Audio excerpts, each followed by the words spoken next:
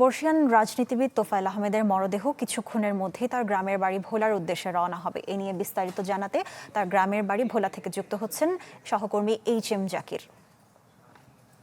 জাকির, তোফায়েল আহমেদের মরদেহ কয়টা নাগাদ ভোলায় পৌঁছানোর কথা এবং দাফন, জানাজা সহ অন্যান্য যে আনুষ্ঠানিকতা রয়েছে তা কখন শুরু হবে, সবকিছু মিলে আমাদের বিস্তারিত জানাবেন।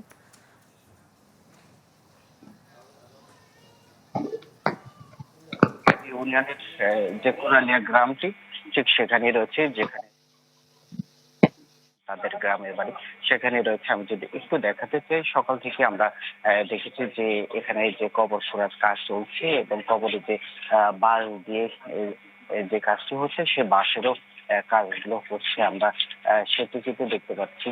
আর আমরা যেটি তাদের পরিবারের সূত্রে জানতে পেরেছি যে দুপুর নাগাদ, অর্থাৎ হয়তো 12টার দিকে ভোলাতে হেলিকপ্টার যোগে ল্যান্ড করবে তার মরদেহ।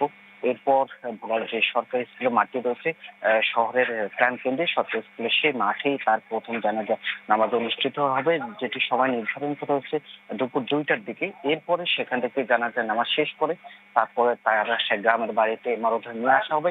এইখানে আমি যে জায়গাটিতে রয়েছে ঠিক এখানেই আবার দ্বিতীয় জানাজা নামাজ অনুষ্ঠিত হবে। আমরা দেখতে পাচ্ছি যে সকাল থেকে তার যে কবর স্থানটি রয়েছে, পারিবারিক কবরস্থান, সেখানে তার মরদেহ সমাহিত করা হবে। সেখানে কবর খোঁড়ার কাজটিও কিন্তু প্রায় শেষ পর্যায়ে আমরা দেখতে পাচ্ছি। পাশেই রয়েছে তার সহধর্মী আনোয়ারা আহমেদ, তার কবরস্থান। এর সাথে রয়েছে তার বাবা মরহুম আজহার আলী, তার কবরস্থান।